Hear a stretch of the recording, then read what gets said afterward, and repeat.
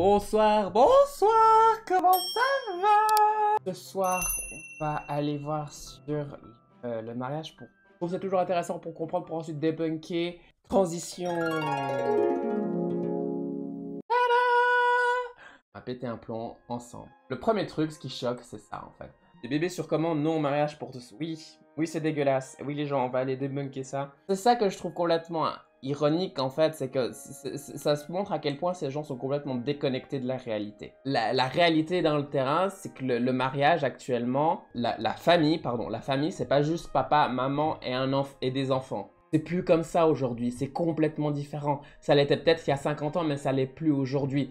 Il y a des divorces, il y a des remariages, il y a des demi-frères, il y a des demi-sœurs.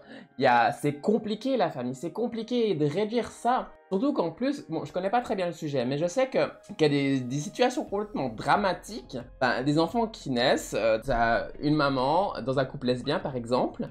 Là, actuellement, sauf erreur, la mère biologique a automatiquement la filiation, mais la deuxième mère, elle, en fait, elle a rien, et du coup, elle doit adopter son enfant. Tu sais, c'est des procédures qui sont très longues, qui peuvent prendre 2, 3, voire 5 ans, facile. Et du coup, il suffit que la mère affiliée tombe malade, ou ne soit plus disponible, ou meurt, décède, l'enfant se retrouve sans parents. Et ça, c'est des situations dramatiques. Vous imaginez, donc c'est encore pire. Non au mariage pour tous, et non à l'accès au don de sperme et pour les couples de lesbiennes. Argument. Parcourez ici nos arguments classés par chapitre. Aucune discrimination. Le mariage entre homme et une femme est un privilège qui repose entre autres sur la biologie.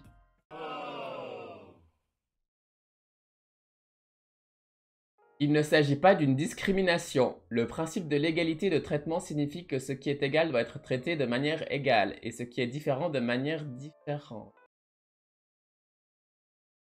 De plus, il serait disproportionné de redéfinir le mariage. En 2020, on a recensé en Suisse 35 165 mariages et seulement 651 partenariats enregistrés. En quoi ces chiffres sont pertinents? On s'en fout qu'il y ait 651 ou 335 160 mariages, on s'en fout, ça change rien à la situation. Le mariage entre un homme et une femme est un privilège qui repose entre autres sur la biologie. Et je sais pas par où commencer honnêtement. Parce que déjà, il y a tout qui est faux. Le mariage, à la base, c'est pour de la thune, hein. Pour des droits, pour de la loi, des couronnes, des pays, des terrains. On va aller voir quoi, le mariage, d'où ça vient, l'origine du mariage. Alors, le mariage est une union conjugale, contractuelle et ou rituelle à durée illimitée, déterminée ou indéterminée, reconnue et encadrée par une institution juridique ou religieuse qui en détermine les modalités. Bah déjà, ce qu'on peut noter ici, c'est que le mariage diffère également selon les sociétés.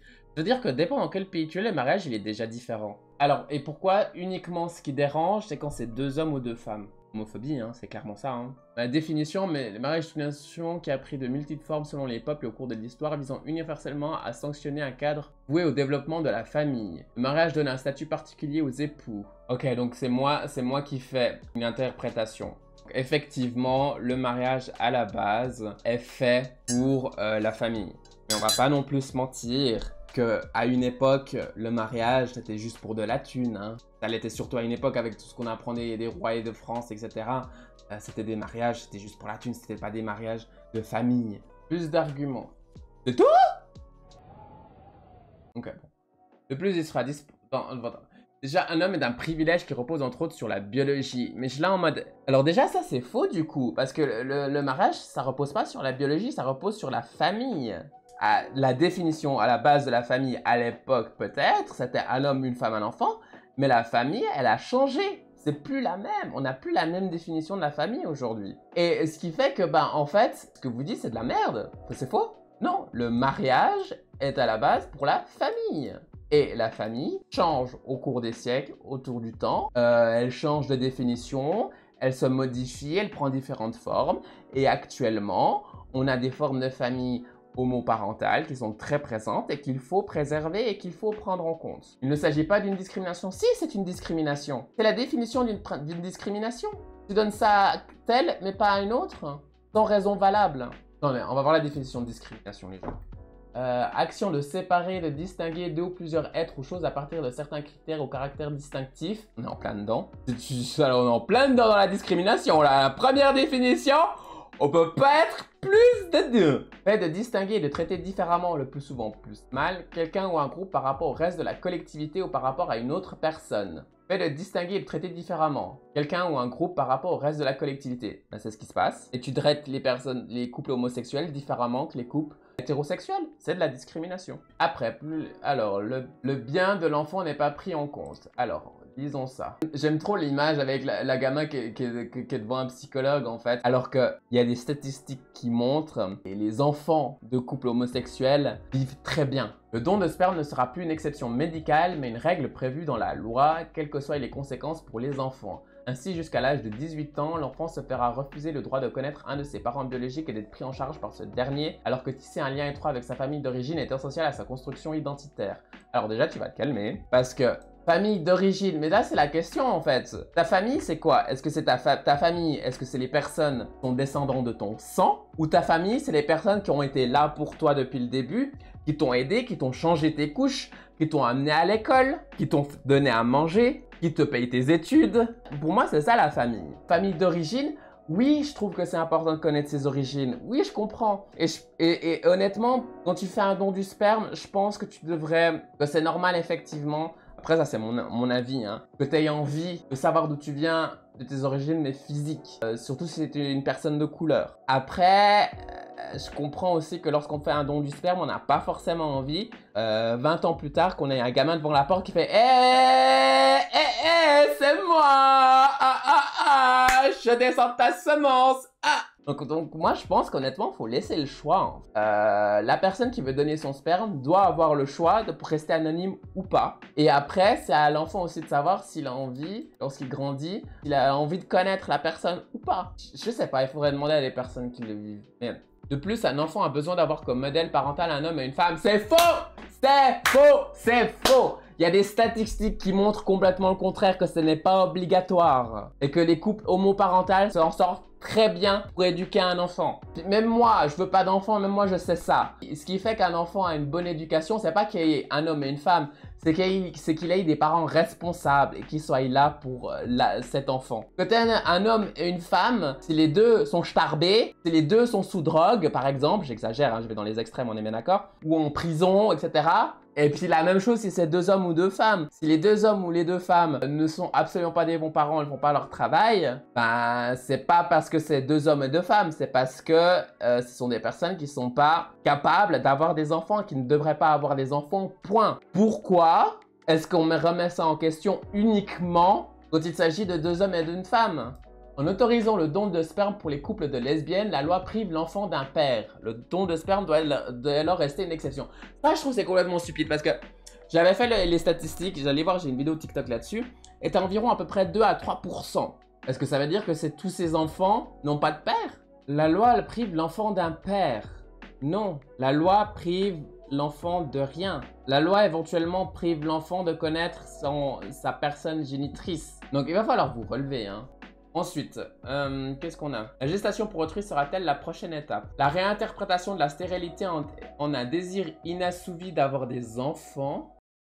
Ah! Attends, je comprends pas cette phrase. La réinterprétation de la stérilité. Je comprends pas de quoi elle parle, honnêtement. Je comprends pas. Cette phrase n'a aucun sens!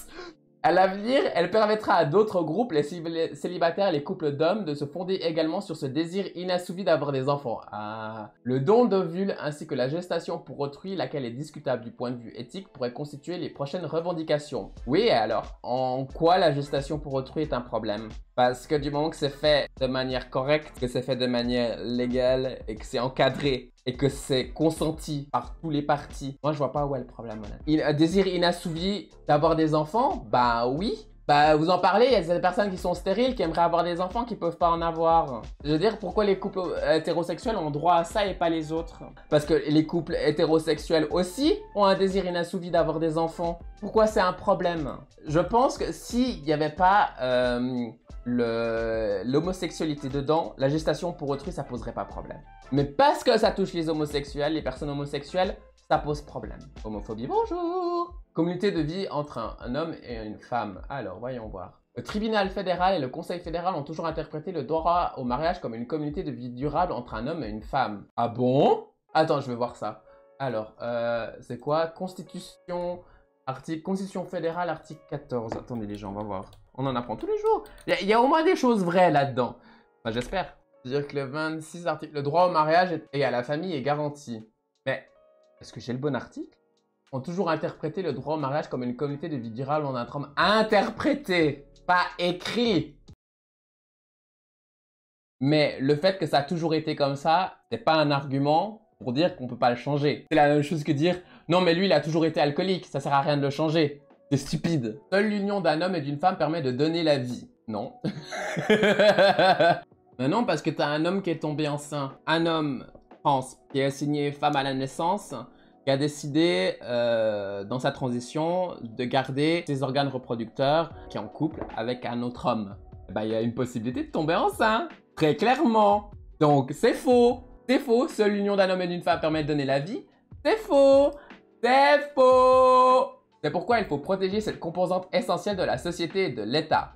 Alors, le truc, c'est que le mariage homme-femme, la femme aux cuisines et puis l'homme qui va travailler, c'était peut-être un truc qui fonctionnait très bien il y a 50, 100 ans, ou dans d'autres époques, dans d'autres contextes, etc. Ok, mais c'est plus le cas aujourd'hui les gens, hein. Faut regarder la vérité en face. Le monde a changé, le monde change, les gens changent, les humains changent. La composante essentielle de la société et de l'État, c'est plus la famille au sens auquel on l'entendait avant. Après, on pourrait débattre sur quoi exactement c'est actuellement en Suisse. Honnêtement, moi je sais pas, je ne saurais pas dire. Instaurer le mariage pour tous par une simple modification de loi est donc clairement contraire à la Constitution. Non, non, non, là vous vous contredites, vous dites de la merde, je suis désolé. Non, non, non, non. Interpréter le droit au mariage. Interpréter. Ça veut pas dire que c'est contraire à cet article-là. Non, non, non, là vous jouez sur les mots, je suis désolé. Le droit au mariage à la famille est garanti. Il n'y a aucune stipulation de l'identité de genre dedans. Donc, les couples homosexuels devraient l'avoir aussi. Donc, non, au contraire. Selon ce qui est marqué ici, c'est le fait de ne pas avoir de mariage pour tous et toutes qui est contraire à la Constitution. On n'a pas le pour qui. Donc, en fait, on pourrait presque argumenter que soit l'un ou l'autre, aucun des deux n'est contraire à la Constitution, en fait. Puisque c'est pas marqué. En fait, non, c'est plutôt ça. Enfin, moi, c'est comme ça que je le comprends. Dites-moi si je dis de la merde. Je crois qu'on a vu les arguments principaux, hein. Pour la félicité d'adultes. Alors, le problème du projet de loi réside notamment dans le don de sperme qui doit être étendu sans condition aux couples de lesbiennes. Alors ça, c'est faux.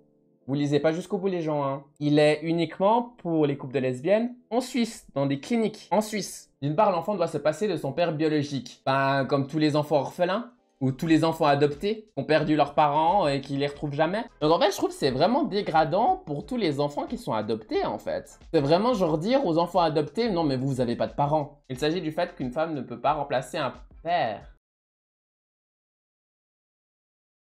Alors, oui, une femme ne peut pas remplacer un père de la même manière qu'un parent ne peut pas remplacer un autre parent. À quel moment on a dit qu'on allait remplacer un parent? Non! L'enfant va avoir un parent et on va jamais le remplacer par quelqu'un d'autre. Et maintenant, avec ce projet de loi, une figure d'identification masculine sera complètement supprimée depuis le début de la vie de ces enfants. Une figure d'identification masculine. Mais il y a plein d'identifications masculines partout, pas seulement un parent. On a vraiment l'impression qu'ils ont envie de dire que tout ce qui éduque un enfant, c'est uniquement les parents. Non, ce qui éduque un enfant, il y a beaucoup de paramètres. Il y a la famille, il y a la société, il y a la culture, il y a l'école, il y a les expériences, il y a tellement de choses qui font qu'il éduque un enfant. Avoir deux mamans ou deux papas, ça change rien. Et il n'y aurait pas non plus de père social qui désire l'enfant et en assume la responsabilité comme c'est le cas aujourd'hui. Non, justement, c'est pas le cas en fait. Parce qu'il y a plein de pères qui même s'ils ont engendré un enfant, qui prennent pas la responsabilité de leur enfant. Moi j'ai mes deux parents biologiques. Mais ça n'a pas empêché mon père pour se casser lorsque j'avais 4 ans. Et revenir, heureusement j'ai un père qui est vraiment cool et puis qu'il est revenu des années plus tard et puis qu'on a pu avoir une relation et puis pouvoir retravailler là-dessus, etc. Je vous passe les détails. Mais il y a combien de personnes qui n'ont jamais vu leur papa? Enfin, la différence avec les couples homosexuels et les couples hétérosexuels, c'est que les couples homosexuels doivent passer par beaucoup plus d'étapes et du coup, tu fais un tri beaucoup plus grand dans les personnes qui sont capables ou pas d'avoir des enfants. Par contre, un homme et une femme, on va dire cisgenres pour simplifier les choses, baisent une fois une nuit sans capote, bourré, et bam, bébé dans ta face. Et à aucun moment on pense à retirer l'enfant de ses deux parents, qui si ça se trouve ont 18 ans, ou même, je sais pas, 30 ans, et puis que c'est des criminels, sont absolument pas aptes à avoir des enfants, mais à aucun moment on pense à leur enlever cet enfant. Réfléchissez les gens, réfléchissez. Bref, qu'est-ce qu'on a appris aujourd'hui? Que la plupart des arguments touchent la famille. C'est vraiment faire peur en fait. Je me remarque à quel point la majorité des données, des détails qui sont notés, en fait, ça joue avec les mots et c'est jamais vraiment très clair. La plupart des choses sont fausses en fait. Il y a des statistiques qui disent le contraire. Puis moi je vais vous dire un truc, c'est que moi ce mariage pour moi c'est une institution patriarcale dégueulasse que je déteste quand j'ai envie de mettre au feu. Moi je veux pas me marier. Moi, je veux pas d'enfant. Donc, techniquement, moi, cette votation, je m'en fous, en fait. Elle me concerne pas. Mais pourtant, je vote quand même pour oui parce que j'ai des personnes, j'ai des amis, j'ai des connaissances que mes sœurs, mes frères, que toutes les personnes qui sont autour de moi puissent se marier. Donc, voilà pourquoi ce mariage est important. Donc, s'il vous plaît, allez voter. Si vous votez, ça permettra de lancer aussi un signal fort que, voilà quoi, on veut ce mariage, on a besoin de ce mariage, ça fait 20 ans qu'on attend ce mariage, parce que ça va leur donner un signal fort et ils vont pouvoir continuer les luttes qui viennent après.